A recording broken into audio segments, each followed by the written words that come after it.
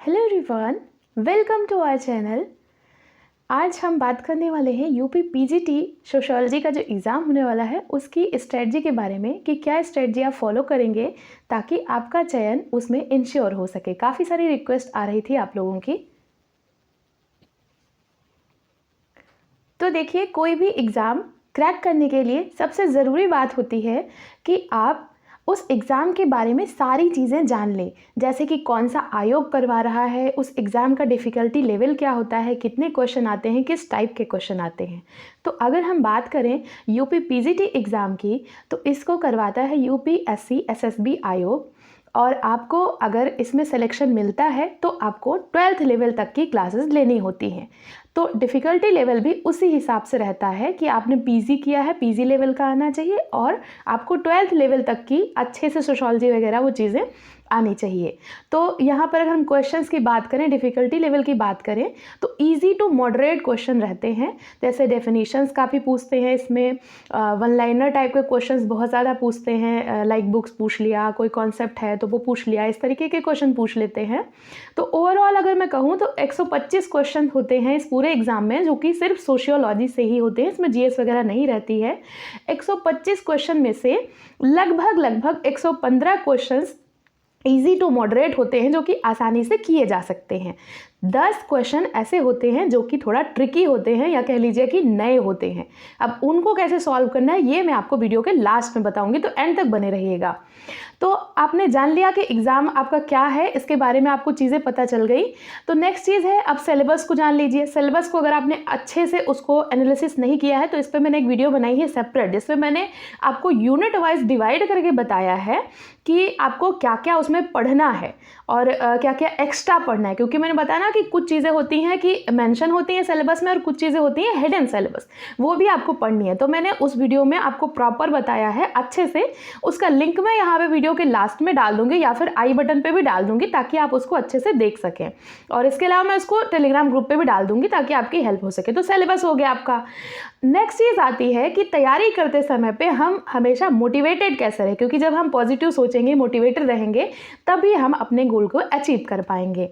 तो मोटिवेटेड रहने के लिए सबसे ज़रूरी चीज़ है कि आप खुद से क्वेश्चन करें कि आप इस एग्ज़ाम की तैयारी क्यों कर रहे हैं, आपको ये जॉब क्यों चाहिए। क्योंकि देखिए, जब तक नीड नहीं होती है तब तक इंसान कुछ भी नहीं करता। जब तक हमारी आवश्यकता नहीं होगी, हमें उस चीज़ के लिए इतना ज़्यादा कि मतलब हमें ये चाहिए ही चाहिए। एक स्टोरी है, एक व्यक्ति जाता है एक साधु के पास और वो बोलता है कि महाराज, मुझे अपनी लाइफ में बहुत चीज़ें अचीव करनी है लेकिन मुझे मिल नहीं रहा है। तो महाराज उसको बोलते हैं कि पानी की एक बाल्टी लेके आओ। पानी की बाल्टी वो लेके जाता है और वो साधु जी उसका सिर पकड़ के पानी की बाल्टी में डुबा देते हैं। थोड़ी देर तक डुबाए रखते हैं, थोड़ी देर बाद बाहर निकालते हैं और उससे पूछते हैं कि तुम्हें कैसा महसूस हो रहा था। तो वो बोलता है कि महाराज जी, मुझे लग रहा था कि मैं बिल्कुल मर ही जाऊँगा अगर आपने मुझे बाहर नहीं निकाला। तो इतनी ज़्यादा झटपटाहट, इतना ज़्यादा ईगरनेस। तो वो कहते हैं कि जिस दिन तुम्हारे अंदर ये वाली जो फीलिंग है कि मतलब ये मुझे करना है वरना तो मैं मर ही जाऊंगा, इसके बिना तो मेरा कुछ हो ही नहीं सकता, तो ये वाली फीलिंग अगर आपके अंदर, वो वाला जुनून, वो वाला जोश अगर आपके अंदर आ गया कि क्यों चाहिए आपको जॉब, आपको अपने फैमिली के लिए चाहिए, आपको खुद के लिए चाहिए, आपको अपनी लाइफ अच्छी करनी है, दूसरों का हेल्प करना है, तो अगर ये वाली फीलिंग आपके अंदर आ गई तो आप हमेशा मोटिवेटेड रहेंगे और 100% आप बेहतर कर पाएंगे एग्जाम में। ये तो हो गई मोटिवेशन की बात। अगली चीज़ आपको क्या करनी है, आपको एक अच्छा सा टाइम टेबल सेट करना है। आप अपने अकॉर्डिंग कर सकते हैं, आपकी कन्वीनियंस के अकॉर्डिंग कि कितना टाइम आप निकाल पाते हैं। आप में से बहुत सारी लोग हाउसवाइफ भी होंगे, तो टाइम निकालना उनके लिए थोड़ा सा मुश्किल होगा, मैं ये बात को अच्छी से समझती हूँ। तो आप थोड़ा सा अपने जो पार्टनर हैं उनकी हेल्प ले सकते हैं, उनको बोलिए कि कुछ टाइम के लिए आपको समय दे दें और आप जो एक्स्ट्रा टाइम निकालती हैं उसमें आप अपनी पढ़ाई कर सकती हैं। इसके अलावा आपके लिए बेहतर टिप्स ये है कि आप वीडियोस के थ्रू आप तैयारी करें, क्योंकि उसमें क्या होगा, आप काम करते करते भी आपने ईयरफोन लगा लिया कान में और आप आराम से सुनती जा रही हैं और आपका काम भी होता जा रहा है, तो टाइम भी बचेगा और इस तरीके से आप तैयारी अच्छे से कर पाएंगे। ये टिप्स हाउसवाइफ एंड जो वर्किंग जो भी हैं उनके लिए बहुत यूज़फुल रहेगा। तो ये चीज़ हो गई, आपको टाइम टेबल सेट करना है और आपको खुद को वीकली और डेली बेसिस पे टारगेट देना है। डेली बेसिस पे आपको टारगेट देना है कि आज मुझे ये वाला चैप्टर या फिर ये वाला कॉन्सेप्ट और ये इतने क्वेश्चन पेपर, मतलब आप सेट कर सकते हैं कि जैसे 2016 का आज मुझे लगा लेना है, इसके अलावा नेट का आज मुझे लगा लेना है एक कोई क्वेश्चन पेपर। और जैसे मैं अपना करती थी कि मैं डेली डेली खुद को एक टारगेट देती थी, और जब मैं उसको अचीव कर लेती थी तो रिवार्ड के तौर पर जो चीज़ कोई चीज़ मुझे अच्छी लगती थी, जैसे मुझे सिंगिंग और सॉन्ग सुनना दोनों को बड़ा पसंद है, तो मैं एक कोई सॉन्ग अपने लिए शाम को लगाती थी कि हाँ चलो ये मेरा रिवॉर्ड हो गया।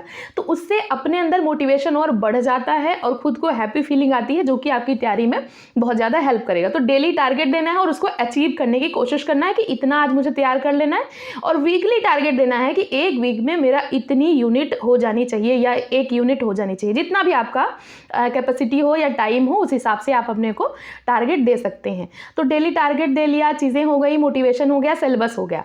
अब बात आती है की पॉइंट जो सबसे ज़्यादा इसमें हेल्प करेगा पीजीटी की तैयारी में, क्योंकि पीजीटी का जो एग्ज़ाम है वो मेमोरी बेस्ड एग्ज़ाम होता है। तो यहाँ पर दो चीज़ें सबसे ज़रूरी हैं, प्रैक्टिस एंड रिवीजन। ठीक है, प्रैक्टिस एंड रिवीजन। आपको पीवाईक्यू ढेर सारे लगाने हैं और उनको रिवाइज करते जाना है। एक तो मैंने पहले की वीडियोस में भी बताया कि घटना चक्र की एक बुक है जो कि आपको ले लेनी, मुझे लग रहा है अब तक मैंने उसको इतना पॉपुलर कर दिया कि सबके पास वो वाली बुक होगी। तो उसको आपको प्रैक्टिस करना है और रिवीजन करना है। इसके अलावा आपको नए क्वेश्चन, जैसे मैंने पीजीटी पे एक पूरी सीरीज बनाई थी 1000 क्वेश्चन की, तो उसको आपको देख लेना है। और मैं अभी भी इधर आने वाले दिनों में जैसे जैसे आपके एग्जाम की डेट पास आएंगी, मैं अभी भी क्वेश्चन सीरीज आपको करवाती रहूंगी, ताकि आपको नए क्वेश्चंस भी मिलते रहें। और आपकी जो तैयारी है, जो 10 मैं नए क्वेश्चन बता रही हूँ, वो भी आपके कहीं ना कहीं से कोरिलेट होके सॉल्व हो जाए। तो प्रैक्टिस करनी है आपको खूब सारी, और कोशिश करनी है कि रिवाइज करना है, क्योंकि अगर आप रिवाइज नहीं करेंगे, मेमोरी बेस्ड क्वेश्चन है और आप इनको भूल जाएंगे। डेफिनेशंस बहुत सारी पूछता है, बच्चे कंफ्यूज हो जाते हैं। क्यों? क्योंकि एक बार पढ़ लिया और उसको रिवाइज नहीं कर रहे हैं। तो रिवीजन करना है, प्रैक्टिस करनी है, ढेर सारी करनी है, जितना हो सके उतना करना है। ये सारी चीज़ें कर ली। लास्ट एंड द लीस्ट कि आपको हैप्पी रहना है एंड हेल्दी रहना है। हैप्पी रहना है एंड हेल्दी रहना है, खुश रहना है, और कोशिश करनी है कि आप स्वस्थ रहें। अपनी डाइट वगैरह का, अपना थोड़ा बहुत एक्सरसाइज वगैरह का भी ध्यान रखना है कि नहीं इसी में बस लग गए और बीमार पड़ गए तो एग्ज़ाम तो फिर साइड ही हो जाना है। तो हैप्पी रहना है, हेल्दी रहना है। और लास्ट में मैंने कहा था ना कि 10 क्वेश्चन सॉल्व करने की मैं ट्रिक बताऊंगी। तो ट्रिक ये है कि क्वेश्चन को आपको बहुत ही केयरफुली रीड करना है, कम से कम 2 बार रीडिंग लगानी। ये नहीं कि एक बार पढ़ा और लग रहा है कि यही होगा, तुक्का मार के लगा दिया, तो वहाँ पे क्वेश्चन गलत होने के चांसेस बहुत रहते हैं। क्वेश्चन सॉल्व करते टाइम पे आपको कुछ क्वेश्चन ऐसे मिलेंगे जिनके डायरेक्ट आंसर आ रहे हैं, उनको आप तुरंत सॉल्व कर लीजिए। कुछ होंगे जो कि थोड़ा सा टाइम ले रहे हैं, उनको 2 बार क्वेश्चन को पढ़िए, अच्छे से करिए। कुछ हो रहे हैं जो बिल्कुल नहीं आ रहे हैं, 2-3 बार जब आप क्वेश्चन को पढ़ेंगे, जो 10 क्वेश्चन वो हैं, 2-3 बार जब आप पढ़ेंगे, आपको बिल्कुल नहीं आ रहा है, लेकिन कहीं ना कहीं से तो आपने पढ़ा हुआ है, सिलेबस पूरा कवर किया हुआ है, तो आपके दिमाग में कुछ ना कुछ एक शब्द, उस क्वेश्चन से रिलेटेड कोई एक शब्द, उस कोई परिभाषा पूछी है तो कोई एक शब्द आपको क्लिक कर जाएगा कि ये वाला शब्द तो ये वाले थिंक करने बोला था, मतलब कि यहाँ पर ये वाला हो सकता है। तो इस तरीके से आप कोरिलेट करते हुए उन क्वेश्चन को अच्छे से सॉल्व कर पाएंगे।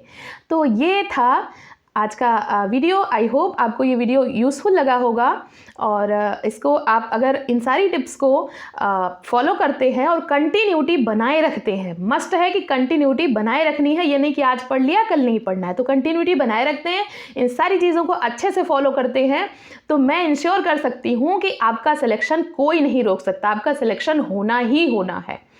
तो आई होप आपको ये टिप्स सारी हेल्पफुल लगी होंगी। ऐसे ही पढ़ते रहिए, अपने गोल की तरफ आगे बढ़ते रहिए, और कोई भी क्वेश्चन, कोई भी क्वेरीज है तो आप कमेंट सेक्शन में मुझसे पूछ सकते हैं। वीडियो देखने के लिए थैंक यू सो मच।